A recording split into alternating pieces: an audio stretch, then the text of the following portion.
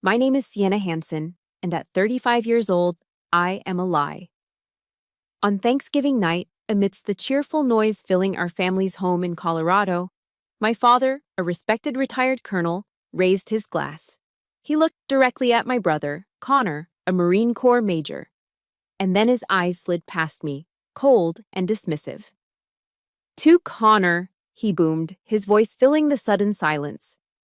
"At least one of my children understands what real service to this country means. A son who brings honor, not a daughter who quits for some meaningless desk job." The room went still.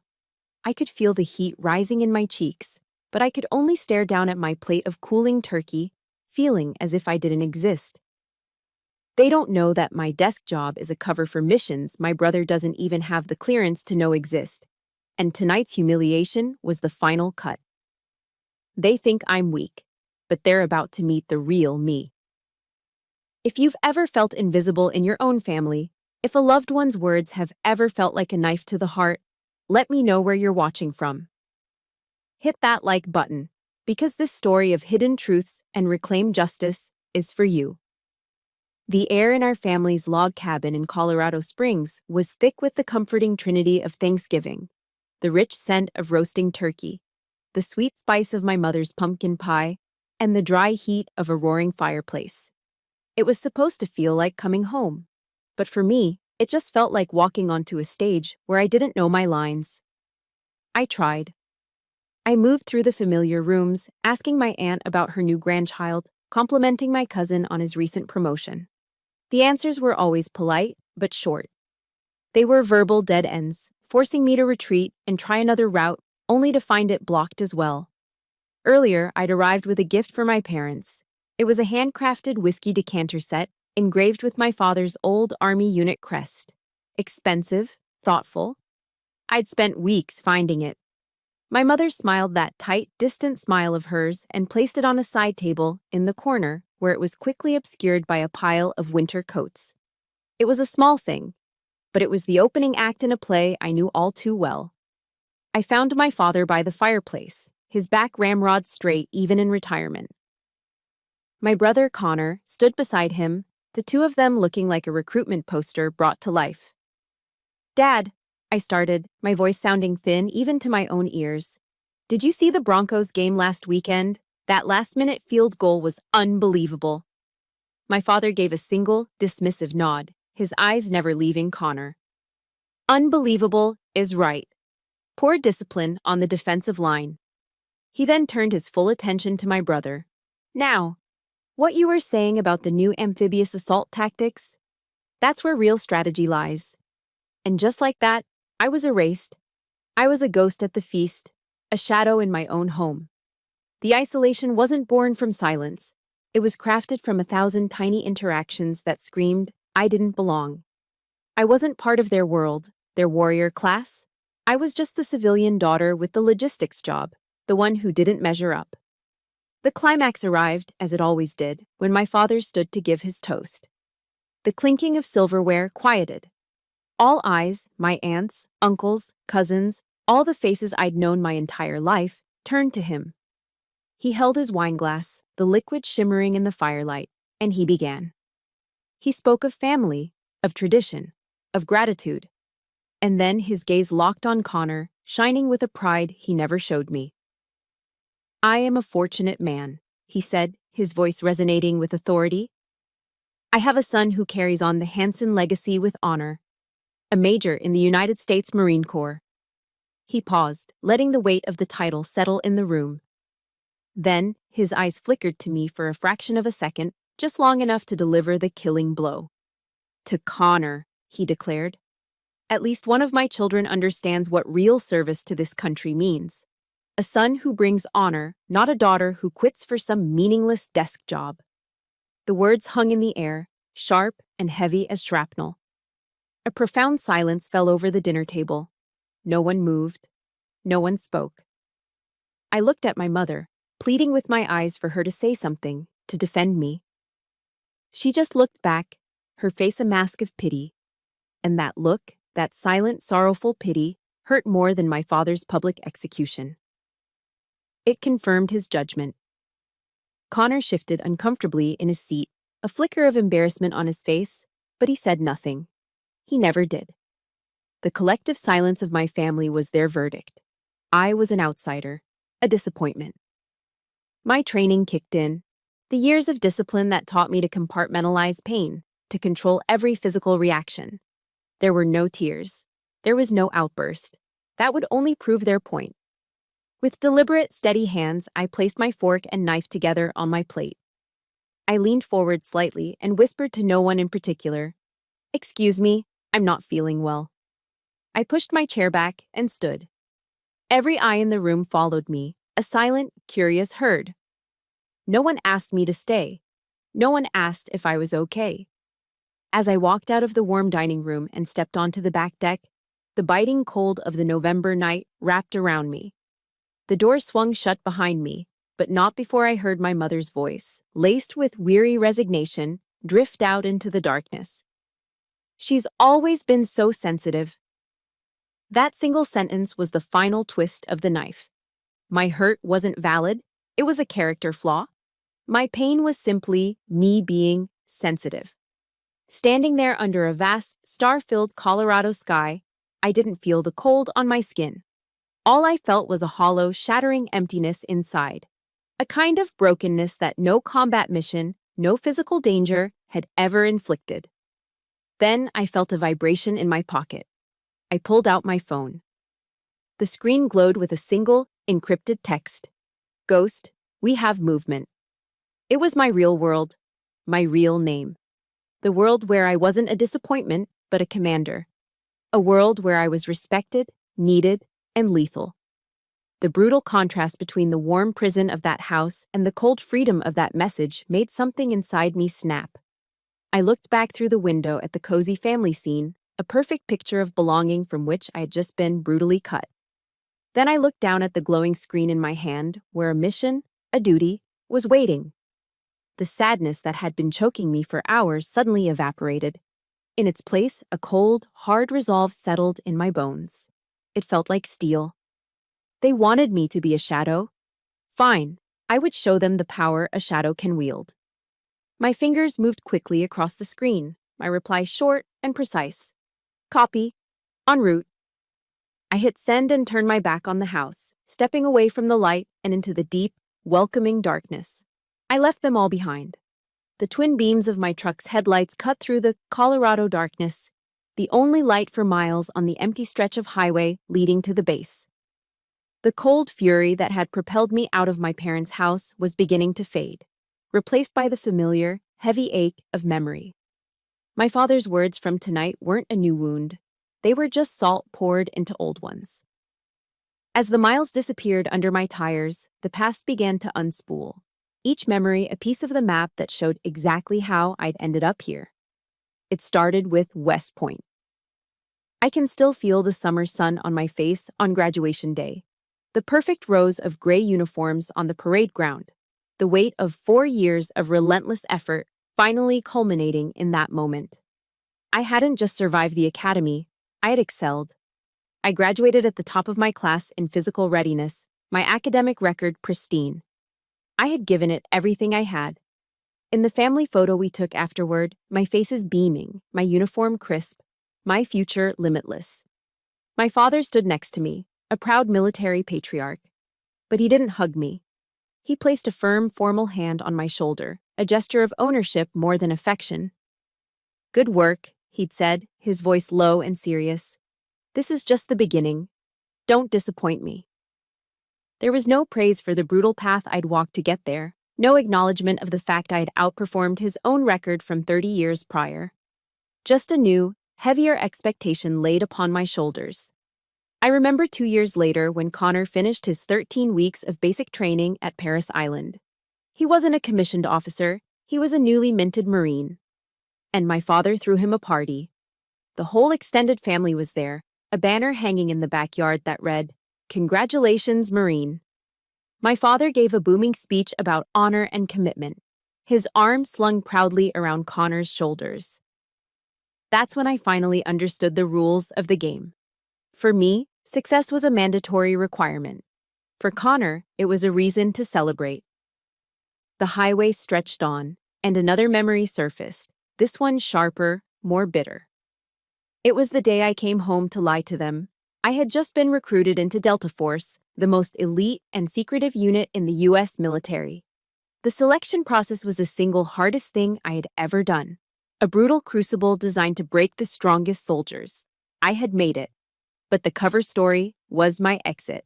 I walked into the living room, a real gash on my forearm from a training exercise hidden under a loose bandage, my excuse ready. My parents were sitting on the couch, waiting. I took a breath. "I think I'm going to be leaving the service," I said, the words feeling like poison on my tongue. I watched my father's face. I saw the pride he held for me, already so fragile, completely crumble. It wasn't a look of concern. It was a look of profound disappointment. He didn't ask about the bandage on my arm. He didn't ask if I was okay. He simply stood up, walked to the window, and stared out at the mountains, his back to me. "I thought you were made of different stuff," he said, his voice flat and final. I was wrong. My mother started to cry. Not for me, not for any pain I might be in, but for the shame my decision would bring. The shame of a daughter who couldn't hack it. I had to sit there and swallow it all. I had to accept the role of the coward to protect them, to protect a secret they would never know. I was sacrificing my public honor for a silent, deadly one, and in their eyes, I was nothing but a failure. But the oldest wound, the one that taught me the fundamental lesson of my father's world, was much smaller. I was 10 years old, and the center of my universe was a German shepherd named Major. He was my confidant, my shadow, my one source of unwavering affection. I'd race home from school every day just to see him, his big, goofy grin and wildly wagging tail. One afternoon, I came home, and the backyard was empty. The silence was deafening. I found my father in his study, polishing his boots. "Where's Major?" I asked, my voice trembling. He didn't look up. "I gave him to a family on a farm," he said, his tone clinical. "He wouldn't obey commands consistently. He was too soft." I cried for a week, but through the tears, a cold, hard lesson took root in my 10-year-old heart. In my father's world, love was conditional. Affection was a reward for performance, and anything, or anyone, that didn't meet his exacting, unforgiving standards was simply removed. Major, with his soft heart and loving nature, had been deemed defective. That dog became a symbol of my own deepest fear, that one day I too would be deemed too soft, too disobedient, and be cast aside. Tonight, it felt like that day had finally come. Back in the truck, all these memories crashed together, the dismissal, the disappointment, the disposal. A wave of raw, uncensored fury surged through me. I had sacrificed everything, my name, my public identity, the right to share my victories and my pain with the people who were supposed to love me most, and my reward was contempt. My fist slammed into the steering wheel, a sharp crack in the silence of the cab. It was a rare loss of control, a crack in the icy discipline that defined my life. What did I do all this for? I asked the empty road, my voice raw. To protect people who don't even respect me? The road ahead was a black ribbon disappearing into nothing. For the first time, I felt truly lost. Not on a map, but in my own life. I knew I couldn't keep living this way, split between two worlds, belonging in neither. The silent soldier and the disappointing daughter. A question, heavy and terrifying, echoed in the emptiness. So what do I do now? The question, so what do I do now, didn't get an answer. It just hung in the air as I drove, eventually dissolving into the sheer exhaustion of my double life. The next morning, the path forward wasn't a grand strategy for liberation. It was just the soul-crushing routine of my cover job. At 8 a.m., I was Sienna Hansen, supply chain manager. I sat in a gray cubicle under the sickening hum of fluorescent lights that always gave me a headache. The air smelled of stale coffee and microwave popcorn. My boss, Gary, a man whose greatest physical exertion was getting out of his office chair, strolled over to my desk. He had a paunch that strained the buttons of his shirt and a condescending smirk permanently fixed on his face. He slapped a thick stack of invoices on my desk, making my monitor tremble. "Sienna," he said, leaning in conspiratorially, his voice a little too loud. "I need these reports reconciled by morning. Top priority." He then tapped the corner of my desk. "And try to smile a little more, would you? Nobody wants to work with a grump." I just nodded, my eyes fixed on the spreadsheet in front of me, my jaw tight.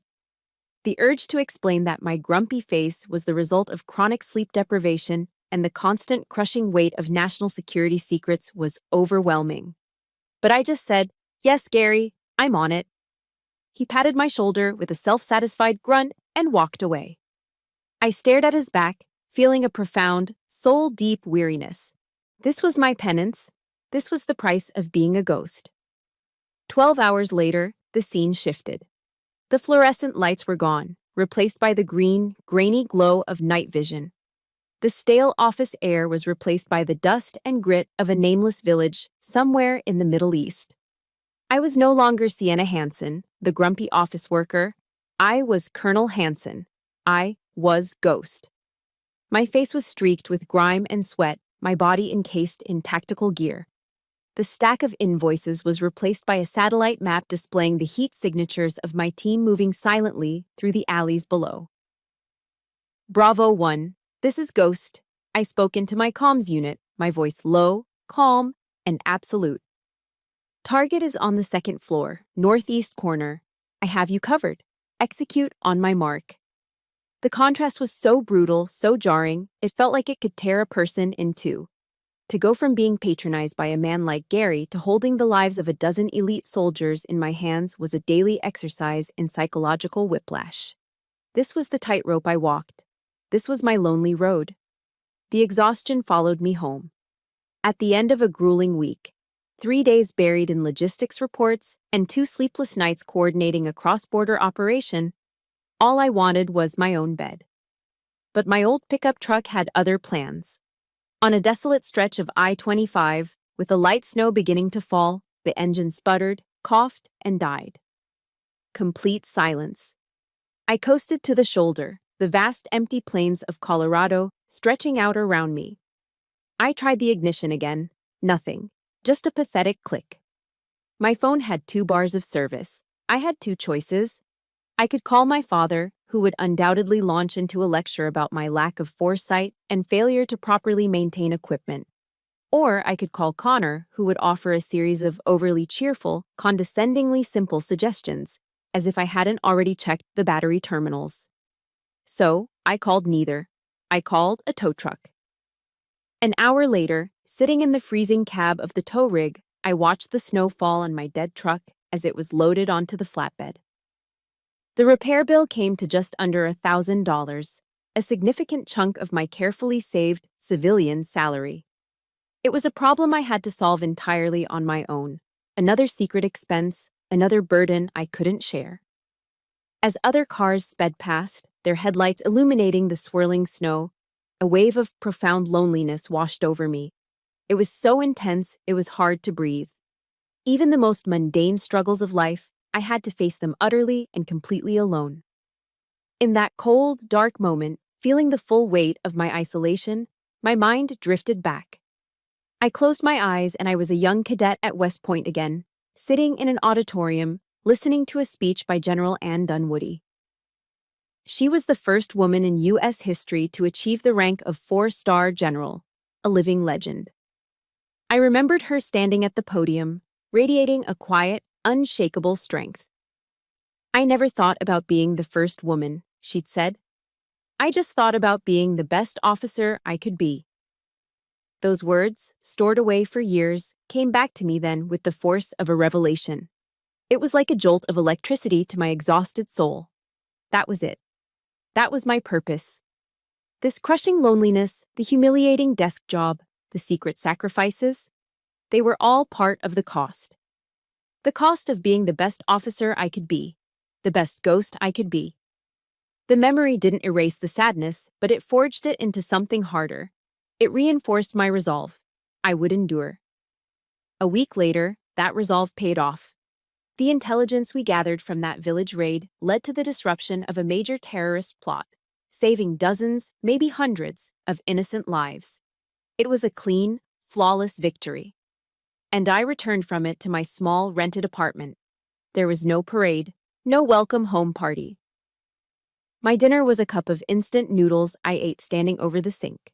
Later, I sat alone in the quiet darkness of my living room, the only light coming from a street lamp outside my window. I methodically stripped, cleaned, and reassembled my rifle, the familiar scent of gun oil filling the air. The cold, polished steel felt solid and real in my hands, a stark contrast to the emptiness of the room. Its cold surface reflected my own impassive face. This was my victory, a triumph no one would ever know about, a glory I couldn't share. I set the rifle down, its deadly purpose fulfilled for now. I looked around the bare, impersonal room, the cheap furniture, the empty walls. And I felt the silence closing in, the crushing weight of a life lived entirely in the shadows. If you've ever achieved something you were incredibly proud of but had no one to share it with, hit the like button. And in the comments, just type the word victory for all those silent battles you've won on your own. The walls of my own loneliness felt like they were squeezing the very air from my lungs. The loneliness of my apartment became unbearable. After weeks of living in that hollow silence, punctuated only by the demands of two separate secret lives, I knew I had to do something. Anything. So one Saturday morning, instead of letting the four walls of my apartment close in on me, I forced myself to go to a local coffee shop. It was a small act of defiance against the emptiness. The place was warm and smelled of roasted coffee beans and cinnamon. I found a small table in the corner, content to just be around the gentle hum of other people's lives. Across the room, a group of older men sat around a large table, laughing and swapping stories. They all wore baseball caps, each one a badge of honor. Vietnam veteran, Desert Storm, Semper Fi. It was a classic Vets Coffee meetup, a common sight in a military town like Colorado Springs. They were a band of brothers, a tribe. I watched them with a pang of longing, feeling like I was on the outside of yet another world I should have belonged to. I was stirring my coffee when one of them got up and started walking toward my table. He was an older gentleman with a neatly trimmed silver beard and kind, crinkling eyes that seemed to have seen a great deal. My first instinct was to tense up, to put my guard on, but there was a gentleness in his approach that disarmed me. "Excuse me for bothering you, ma'am," he said, his voice a soft, gravelly rumble. "My name's Frank. I just couldn't help but notice the way you sit. Your posture? You carry yourself like a soldier. Did you serve?" His question was direct, but there was no judgment in it. No expectation. Just a genuine, respectful curiosity. It was so different from the way my own family talked about my service, either with impossible standards or dismissive contempt. I was taken aback by his perception. "I was in the army, yes," I said simply, offering no more. Frank, a retired Marine Master Sergeant who'd served in Vietnam, just nodded slowly, as if that was all the explanation he needed. He didn't ask for my rank, my unit, or why I got out. He didn't pry for war stories. Instead, he pulled up a chair and began to talk about his own experience, about the feeling of coming home to a world that no longer made sense. "The hardest part isn't the noise of the fighting," he said, his gaze distant for a moment. "It's the silence afterward. You come back, and you feel like you're speaking a language that nobody understands." As I listened to him, a knot of tension I hadn't even realized I was carrying began to loosen inside my chest. For the first time, someone understood a piece of my burden without me having to reveal a single classified detail. He didn't see Sienna Hansen, the logistics manager. He saw the soldier. The part of me my own father had refused to see, even when I was in uniform.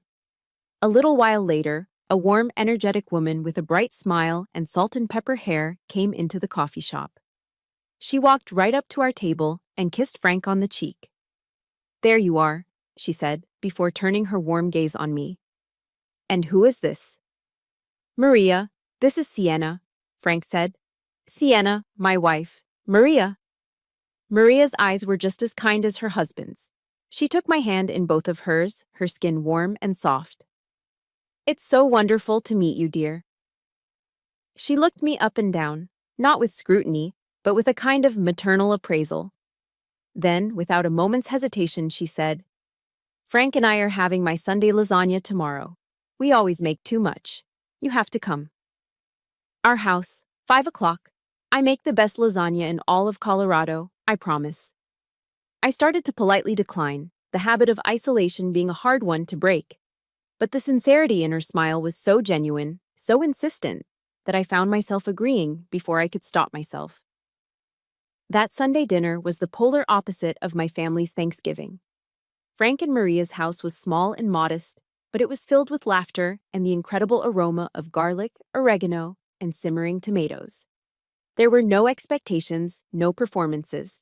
They didn't ask about my career or my accomplishments. They asked what music I liked. They asked if I'd ever hiked the trails at Garden of the Gods. They told me funny stories about their grandchildren.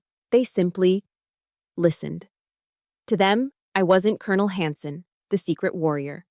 And I wasn't Sienna Hanson, the disappointing daughter. I was just Sienna. And that was enough. After dinner, the three of us sat out on their back porch with tall glasses of iced tea, watching the sun dip below the magnificent silhouette of Pikes Peak. The sky bled into shades of orange, pink, and deep purple. A comfortable silence settled between us, the kind that doesn't need to be filled. It was a peace I hadn't felt in years, maybe ever. When it was time for me to leave, Maria walked me to my truck. Before I could get in, she pulled me into a hug. It wasn't a polite, air kiss on the cheek kind of hug. It was a real, warm, motherly embrace that felt like coming home. She held me for a moment and then whispered in my ear, "You are a good girl, Sienna. This door's always open for you, anytime. You hear me?" Her simple words and the unconditional warmth of that hug did something to me that years of military discipline and emotional suppression couldn't defend against. The thick wall of ice I had built around my heart began to crack. Driving away from their little house with the taste of homemade lasagna still on my tongue and the feeling of a mother's embrace still warming my shoulders, I realized something profound. For the first time in as long as I could remember, I didn't feel like a soldier or a failure. I felt like I had a place to belong. That simple feeling of peace, of being seen and loved for exactly who I was worth more than any medal I'd ever earned in secret. The weeks that followed were a quiet revelation. I found myself spending every weekend at Frank and Maria's house, not out of obligation, but because I wanted to be there. I helped Frank in his garden, my hands in the soil, feeling a sense of peace I hadn't known was possible. I learned Maria's secret recipe for tomato sauce. We'd sit on the porch for hours, talking about everything and nothing. They built a space for me in their lives, a safe harbor where I could just be Sienna. For the first time in months, I felt the tight, relentless knot of tension in my shoulders begin to ease. I was starting to feel happy. Then the phone rang. It was a Saturday afternoon. The three of us were in the backyard, laughing as we tried to assemble a new bird feeder that was proving more complicated than any military hardware I'd ever handled. My phone buzzed on the patio table. I glanced at the screen. "Mom." The laughter died in my throat. My entire body went on high alert, a cold wave of dread washing away the afternoon's warmth. Frank and Maria, sensing the immediate shift in my demeanor, fell silent. They gave me a knowing, gentle look and quietly moved to another part of the yard, giving me space. I took a breath and answered. "Hi, Mom." "Sienna, darling, how are you?" Her voice was like honey, a sweet, syrupy tone she only ever used when she wanted something. It was a weaponized pleasantry, and my internal alarm screamed, "Red flag? Red flag?" "Calm down, Sienna," I told myself. "Maybe this time is different. Maybe she's just calling to see how you are." "I'm fine, Mom. Just enjoying the weekend. What's up?" "Oh, nothing much, just thinking of you," she cooed. The lie was so blatant it was almost insulting. We went through a few minutes of hollow pleasantries, the weather, her garden club, a cousin's new baby. It was all a preamble, the circling of a predator before the strike. Finally, she got to it. "So, honey, your brother Connor is applying for a highly competitive advanced tactics course. It's a huge step for his career, Really prestigious. That's great, I said, my voice carefully neutral. I knew what was coming next. Well, here, your father wants to talk to you, she said. And then the line shuffled. My father's voice came on, stripped of the open contempt from Thanksgiving, but replaced with something almost worse, a thinly veiled command disguised as a casual request.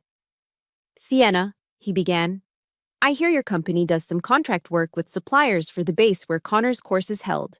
I need you to use your connections. See if you can emphasize his application file. It would be a good way for you to contribute to the family for once.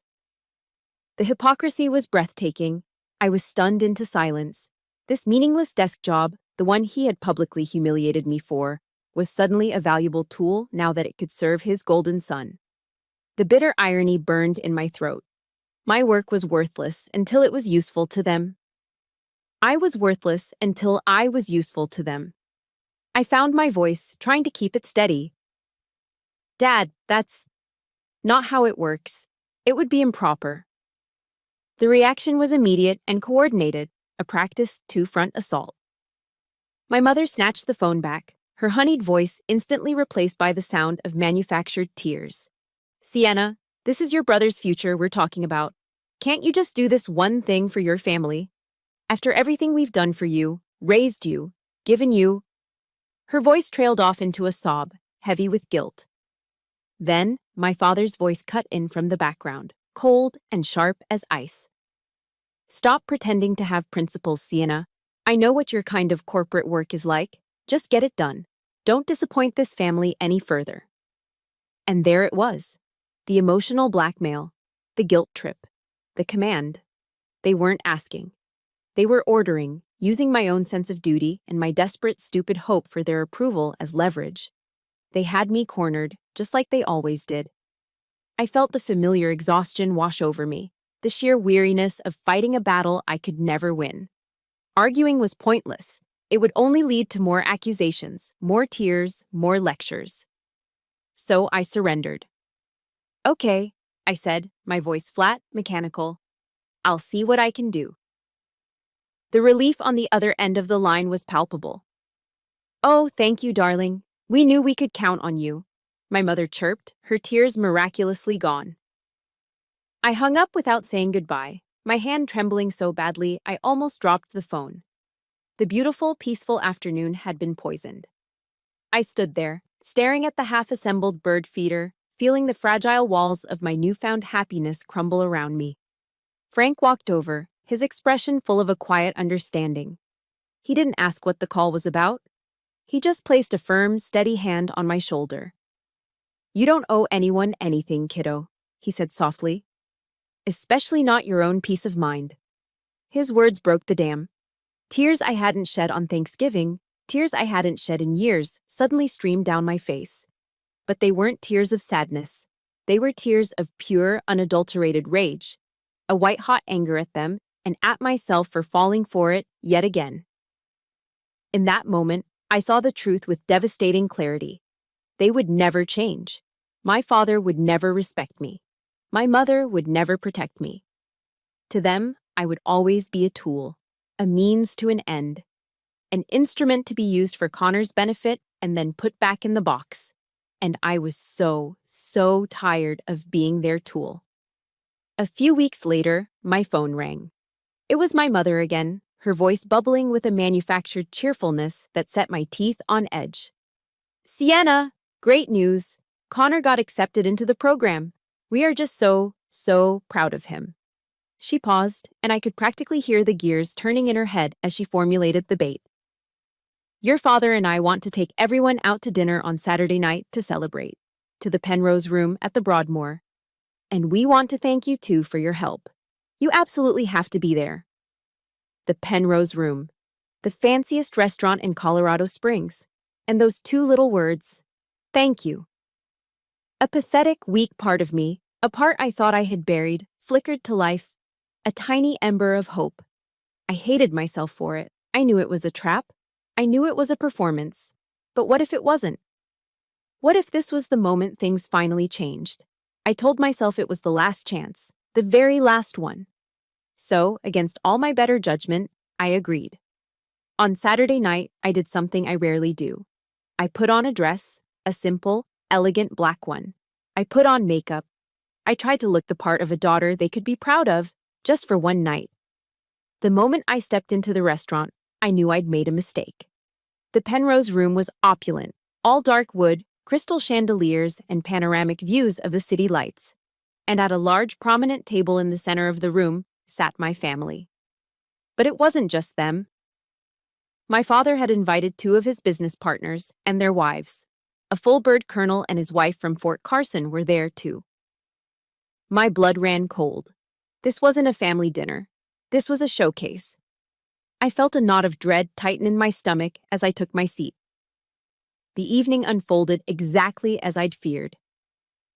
The conversation was a steady, relentless stream of praise directed at Connor, his achievements, his potential, his brilliant future. I was a spectator at my brother's coronation. My name was mentioned only once. It was my mother who said it, a casual, dismissive wave of her hand as she spoke to the colonel's wife.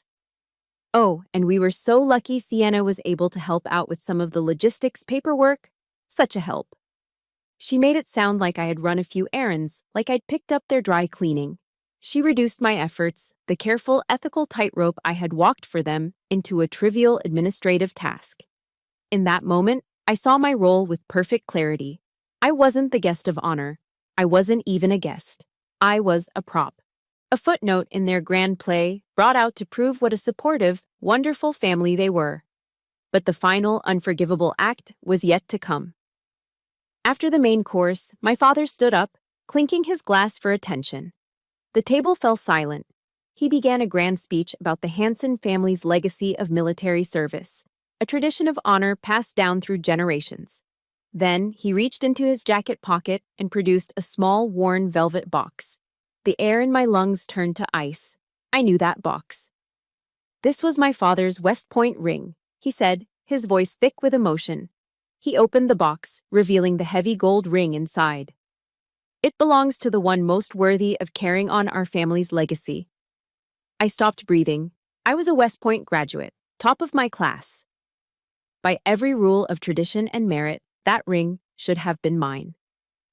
My heart hammered against my ribs, a wild, stupid hope fighting against the inevitable. My father started to walk around the table. He approached my side. For a single, insane second, I thought he was going to stop. But he didn't even look at me. He walked right past me, his shadow falling over me for a moment, and stopped beside Connor. He placed the velvet box in my brother's hand. "Wear it with pride, son," he said, his voice choked with emotion. A true Marine. The world shattered. For a split second, there was nothing but a roaring in my ears. Then, all the broken pieces of my life, all the years of silent endurance, of being invisible, of swallowing my pain, came back together. Not as a heart, but as a single, solid block of ice in my chest. The years of silence were over.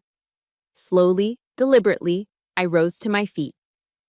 Every conversation in the restaurant seemed to fade away.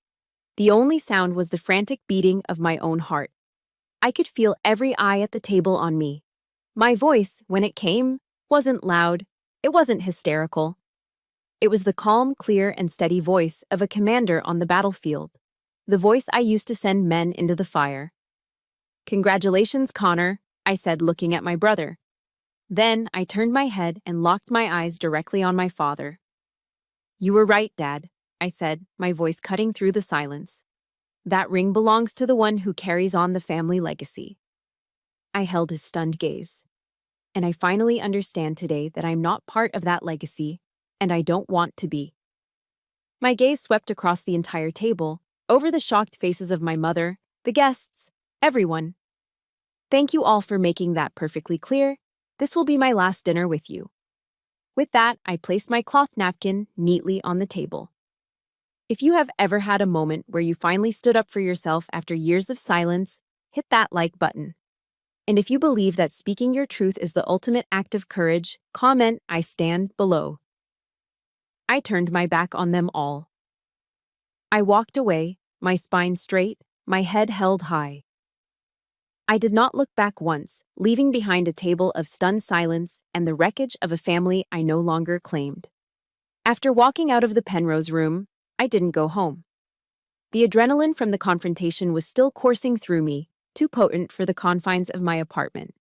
Instinct took over. I drove, heading up the winding roads of Cheyenne Mountain until I found a scenic overlook. From there, the lights of Colorado Springs glittered below like a fallen constellation. I killed the engine and sat in the silence, the chill of the night air seeping into the cab. The white-hot rage from the restaurant began to cool, crystallizing into something else. A cold, diamond-hard clarity. The emotional war was over. Now, the strategic one began. For my entire career, I had fought for others in the shadows, for my country, for my unit, even for the family that scorned me. Now, for the first time, I was going to fight for myself, and I was going to do it in the light. This wasn't about revenge. Revenge was messy, emotional. This was about truth. It was a tactical operation, and it required a plan. I reached into the glove compartment and pulled out a small government-issue notebook and a pen. In the dim glow of the dashboard lights, I began to write, the way I would plan a mission deep in enemy territory. Objective, liberation. Enemy, the lie. Assets, classified. Risks, career, professional standing, total alienation. End state, truth. I mapped out potential scenarios, contingencies, escalation of force. It was familiar territory. The chaos of my personal life finally clicked into a framework I could understand and control. I wasn't the broken daughter anymore. I was the mission commander. And every commander knows the first step is to secure your allies. I didn't drive home. I drove to Frank and Maria's. The lights were still on. When Frank opened the door, he took one look at my face and simply stepped aside to let me in. He didn't ask questions. Maria was in the kitchen, and she immediately put a kettle on the stove. They guided me to the kitchen table, the same one where I'd shared lasagna and laughter, and let me sit in silence until I was ready. I didn't tell them the classified parts of my life. I couldn't. But I told them the truth of my pain. I told them about the dinner, the toast, the ring. They disowned me tonight, Frank, I said, my voice quiet but steady. They looked right through me and made it clear I'm not, and never will be, a part of their family. They crossed a line they can't uncross. Frank listened, his kind eyes never leaving my face. He let me pour out all the hurt and humiliation without a single interruption. When I was finished, he just nodded slowly. He stood up, poured hot water over a tea bag in a mug, and slid it in front of me. Then, he sat back down. So, he said, his voice the calm rumble of an old warrior. What's the mission, soldier? The simple, powerful validation in that question hit me harder than any expression of sympathy could have. He saw me. He heard the commander under the pain. He wasn't offering advice or pity. He was asking for his orders. He was asking how he could help. That was all the reinforcement I needed. Back in my apartment later that night, the reality of my plan began to sink in.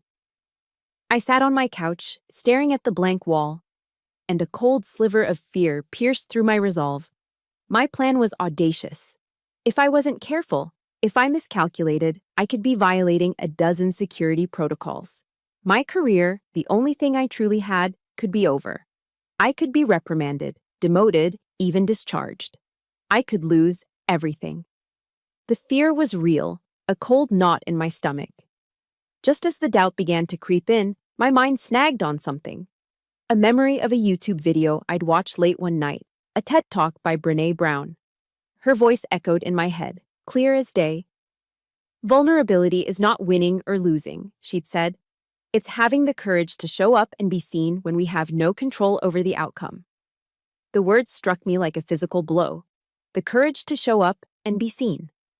I had spent my entire adult life being unseen, hiding in the safety of secrecy, in the shadows. It had protected my missions, but it had starved my soul. I had to show up. I had to be seen, even if I couldn't control the outcome. My weapon in this fight wasn't a rifle. It was the truth. But the truth, spoken by me, was just a daughter's bitter accusation. To be effective, it needed to be verified. It needed to be delivered by an authority so absolute, so unimpeachable, that it could not be questioned or dismissed. After hours of weighing the risks against the cost of doing nothing, I made the boldest decision of my life. I walked over to my desk and powered on a laptop. It wasn't my civilian computer. This one was hardened, secure, and connected to a world my family didn't know existed. I opened a secure communications channel and scrolled through a list of contacts that were nothing more than encrypted call signs. I stopped at one. Harper Gen R. General Harper, my former commanding officer. The man who had personally recruited me into the program.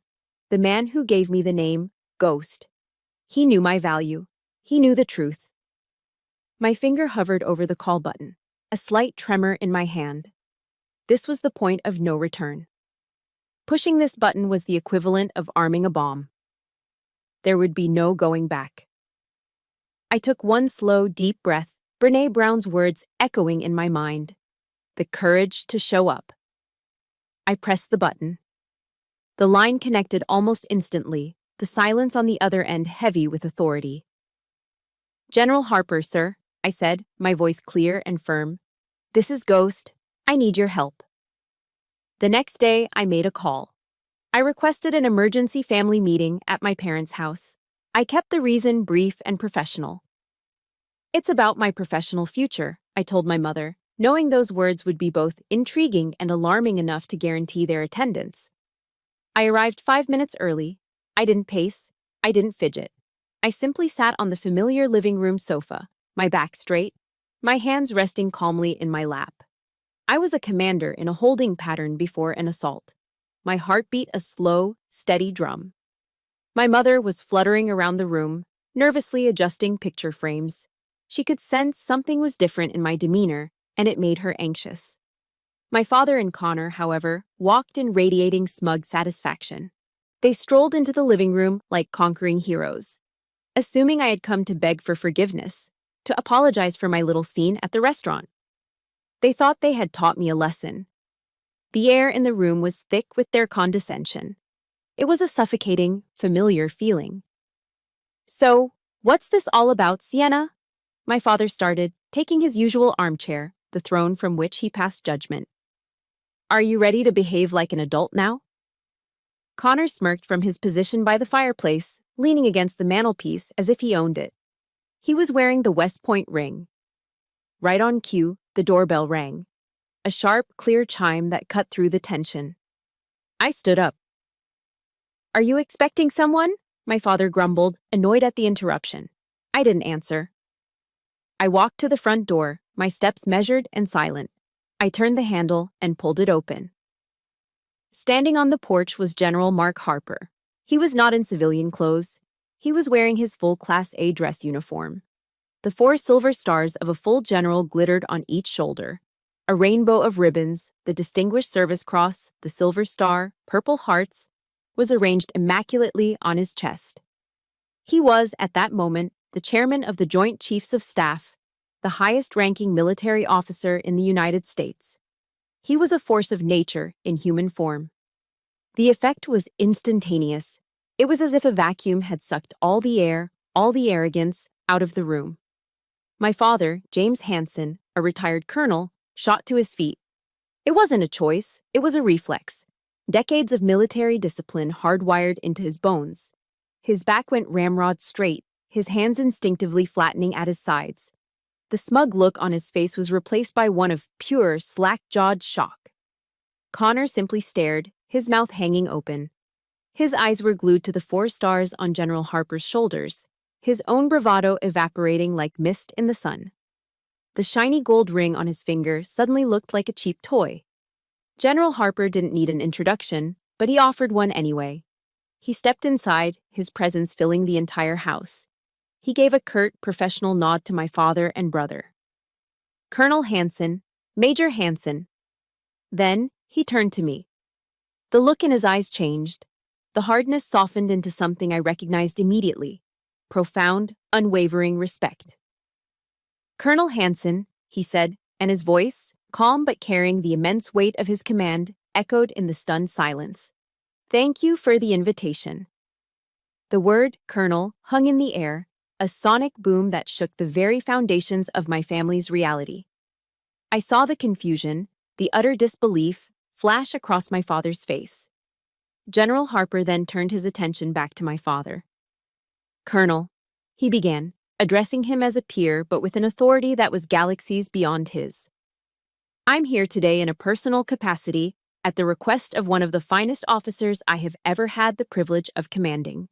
He didn't reveal state secrets. He didn't need to. He spoke in broad, powerful strokes that painted a picture more vivid than any classified file. He spoke of silent missions in places the evening news would never mention. He spoke of a courage demonstrated in the dark, far from any parade ground. He spoke of a living legend within the special operations community, an operative known only by a call sign. He spoke of Ghost. Finally, he brought his gaze back to my father, pinning him in place. "Colonel," General Harper said, his voice dropping slightly but losing none of its power. "A soldier's legacy isn't measured by the rank on their shoulders. It's measured by the sacrifices they make. Your daughter has sacrificed more for this country than you and I together could ever comprehend. This nation owes her a debt that can never be repaid." With the finality of a judge's gavel, he finished. He stepped toward me, took my hand in a firm, respectful handshake, and said, "It was good to see you, Sienna." He then gave one last nod to my speechless family and walked out the door. The click of the latch closing was the loudest sound I had ever heard. It left behind a silence that was heavier, more profound than any explosion. My father, James, seemed to deflate. He sank back into his armchair, not with the authority of a king, but with the dead weight of a broken man. His face was ashen, the color of old paper. In the space of 5 minutes, he looked as if he had aged 20 years. My mother, Margaret, finally broke. She let out a choked sob, collapsing into a weeping mess on the sofa. But these were not the performative tears of emotional blackmail. These were the gut-wrenching sobs of shame and regret. And Connor just stared at me, his eyes wide with a dawning horror and a strange, new kind of awe. "Ghost?" he stammered, the name barely a whisper. You're the ghost? The legend?" I stood there, in the center of the wreckage. I felt no triumph, no smug satisfaction, just a quiet, terrifying calm. I looked at the man who had been my father, the man who had judged me, dismissed me, and erased me. I spoke one final sentence, my voice perfectly level. "Now," I said, "shall we talk as equals, Colonel?" The explosion from that afternoon in my parents' living room didn't end with a clean silence. It kicked up a storm. In the days that followed, my phone became a relentless source of emotional shrapnel. My mother called constantly, her voice choked with frantic, weeping apologies. They were long, rambling messages filled with phrases like, "I never knew," and "I am so, so sorry, Sienna." But they felt hollow, like the confessions of a stranger. They were apologies for being caught, not for the crime itself. Connor sent a barrage of text messages. They were long paragraphs, a clumsy mixture of awe, admiration, and deep, profound shame. He kept calling me a legend, a hero, as if trying on new words to describe a sister he never knew. It was overwhelming and honestly, exhausting. But the one person I needed to hear from, the one whose voice mattered most in the wreckage, was silent. My father. For 3 days, nothing. And his silence once again spoke volumes. It was a familiar, painful language. It told me that even now, with the truth laid bare by a 4-star general, he still didn't know how to face me. He didn't know how to navigate the emotional terrain of his own failure as a father. On the 4th day, he finally called. His voice on the other end was rough, gravelly, as if he hadn't used it in days. There was no preamble, no apology. Just a single, gruff sentence. "Meet me at Garden of the Gods, the central parking lot." Then he hung up. I found him sitting on a park bench overlooking the iconic red sandstone formations, stark and beautiful against the brilliant blue Colorado sky. I sat down beside him, leaving a careful foot of space between us. For a long time, we just sat there, two soldiers in civilian clothes watching the tourists take pictures. He didn't look at me. He stared straight ahead, his jaw set, his eyes fixed on the distant peaks. "I was wrong," he finally said, the words sounding like they were being torn from his throat. "There's no excuse for it. I was a terrible father." And there they were. The words I had spent a lifetime starving to hear. The validation I had craved more than any medal, any promotion. But now that they had arrived, they didn't bring the sweet relief I had always imagined. There was no rush of joy, no feeling of victory. Just a deep, profound, and aching sadness. I had won. But the price of winning was the utter destruction of the hero I had once worshipped. The man sitting next to me wasn't the giant from my childhood. He was just a flawed, stubborn old man who had broken the most important thing he had ever been entrusted with. I took a long, slow breath, the dry, clean air filling my lungs. "I hear you, Dad," I said, my voice quiet but firm. "And I appreciate you saying it. More than you know." I turned to look at his profile, forcing him to feel the weight of my gaze. "But you need to understand something. The daughter who spent her entire life trying to win your approval, she's gone. She died in that restaurant the other night." I let the words hang in the air between us. If we're going to have any kind of relationship moving forward, it starts over, from scratch. It will be based on respect, not expectation, and it will be on my terms. It was the hardest thing I'd ever had to say to him. It wasn't a rejection, but it was a declaration of independence. I was defining the new terms of engagement. He didn't respond, just gave a slow, almost imperceptible nod. It wasn't a perfect resolution, but it was a beginning, a truce. My relationship with Connor, however, began to heal in a completely different way. He showed up at my apartment a week later, looking nervous and uncertain. He didn't come with a flood of apologies. He came with a request. "Tell me," he said, his voice sincere in a way I'd never heard from him before. "Not about the missions. I don't have the clearance, and that's not what I mean. Tell me what it was like. For you, I want to understand." So, for the first time in our lives, we talked. Not as the golden son and the forgotten daughter, but as two adults, two fellow soldiers. I didn't give him classified details, but I told him about the loneliness. I told him about the crushing weight of the secrets, the exhaustion of the double life, the quiet humiliation of my cover job. He listened. He truly listened. He admitted his own ignorance, his own quiet jealousies growing up, the way he had blindly accepted our father's narrative without question. He talked about the pressure he felt to always be the perfect son, the perfect Marine. The wall that had stood between us for 35 years, built brick by brick with favoritism and misunderstanding, began to crumble. In its place, we started to build a bridge, fragile at first, but real. A connection forged not in shared blood, but in shared truth. It was a different kind of victory, a quiet one, but it felt just as important as the one I had fought for in my parents' living room. The war was over, but now came the long, complicated work of surveying the damage and deciding what, if anything, was worth rebuilding. Rebuilding a life isn't like reassembling a rifle. There's no manual. It's a slow, quiet process of choosing what to keep, what to discard, and what to build anew. The 7 years that followed that confrontation were my construction project. Today, at 42, my world is very different. I'm Major General Sienna Hansen, commanding a specialized unit out of Fort Bragg, North Carolina. The work is demanding, the stakes are high, but the crushing loneliness is gone. This afternoon, I was walking the base grounds with a sharp young captain, a woman who reminds me a little of myself at that age, all fire and disciplined ambition.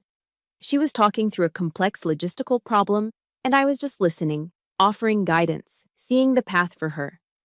I've become the mentor I always wished I'd had. My relationship with my family found a new, quiet rhythm. We rebuilt, but on a new foundation, with solid, unbreachable boundaries. The desperate phone calls have been replaced by a respectful distance. My father, surprisingly, calls me about once a month. He doesn't talk about his disappointment anymore. He calls to ask for my opinion on world events, on military strategy. It's a complete role reversal, a quiet acknowledgement of a respect he could never voice outright. The most telling sign of the truce came last Thanksgiving. The memory is still warm, a perfect snapshot of the new world I'd built. This time, the dinner was at my house in North Carolina. The air was filled with the scent of my own roasted turkey, and the table was crowded with the people who mattered. Frank and Maria sat at the head of the table, the undisputed guests of honor. My parents and Connor were there too. There was no tension, no walking on eggshells, just a calm, quiet respect.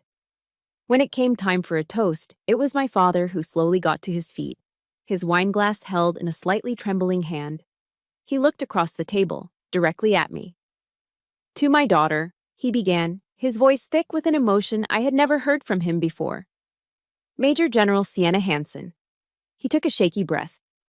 "She is the one who taught me the most important lesson of my life, that honor and courage are not about the noise you make, but about the quiet sacrifices you endure. I am so proud of you, Sienna." And this time, the words didn't hurt. They didn't feel like a transaction or a performance. They felt, after all these years, like the truth. This morning was the culmination of it all, my promotion ceremony. Before I left the house, I stood in front of the full-length mirror, my dress uniform perfectly pressed. On the table beside me were 2 silver stars, waiting to be pinned on my shoulders. As I looked at my own reflection, my mind went to the Serenity Prayer, the simple words that had become the quiet mantra of my new life. God, grant me the serenity to accept the things I cannot change. I thought of the past, the years of feeling invisible, the painful words, the father I wanted but never had. I couldn't change any of it. And I had finally stopped trying. I had accepted it. The courage to change the things I can. I thought of that night in the restaurant, the phone call to General Harper, the difficult conversation on that park bench. I thought of the choice to build a new family with Frank and Maria, to reforge a new relationship with my brother, to define a new future for myself. I had found the courage and the wisdom to know the difference. That, I realized, was the true meaning of peace. It wasn't about forgetting the past. It was about accepting it, learning from it, and then refusing to let it define the person I was becoming. It wasn't just a cliche on a coffee mug. It was the map of my entire journey. The ceremony was held in a large auditorium on base, filled with soldiers in uniform, colleagues, and friends. At the front, in the first row, sat my world. My chosen family, Frank and Maria, beaming with pride. And next to them, my biological family, whole and healed in a way I never thought possible. General Harper, now retired but still radiating an aura of command, had agreed to be the one to preside over the ceremony. He gave a short, powerful speech, and then he walked toward me, holding the 2 silver stars. As he pinned the first one onto my right shoulder, he leaned in close. "The whole world sees you now, Ghost," he whispered, his voice for my ears only. He pinned the second star, and I stood taller, the weight of them feeling earned and right. The applause in the auditorium was a deafening roar. But I wasn't looking at the crowd. My eyes were fixed on the front row. I saw the pride in my father's eyes, clear and unambiguous. I saw the happy, quiet tears streaming down my mother's face. I saw Connor's wide, genuine smile, a look of pure joy for his big sister. And I saw Frank, who simply looked at me and gave a slow, proud nod. The soldier's silent salute. That was it. That was everything. In that one perfect moment, the titles didn't matter. I wasn't Ghost, the secret warrior. I wasn't Major General Hansen, the commander. I was just Sienna, seen, loved, and finally, completely free.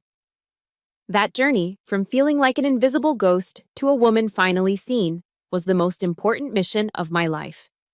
It taught me that our worth is not determined by the family we are born into, but by the boundaries we have the strength to defend and the new family we have the courage to build. My story found its peace, and I truly hope it brings a little to yours. If this story resonated with you, I'd be so grateful if you would hit that like button. And for more stories about turning pain into power, please subscribe to the channel. For the comments today, if you believe everyone deserves to find their own peace, just write one single word: freedom. Thank you for listening,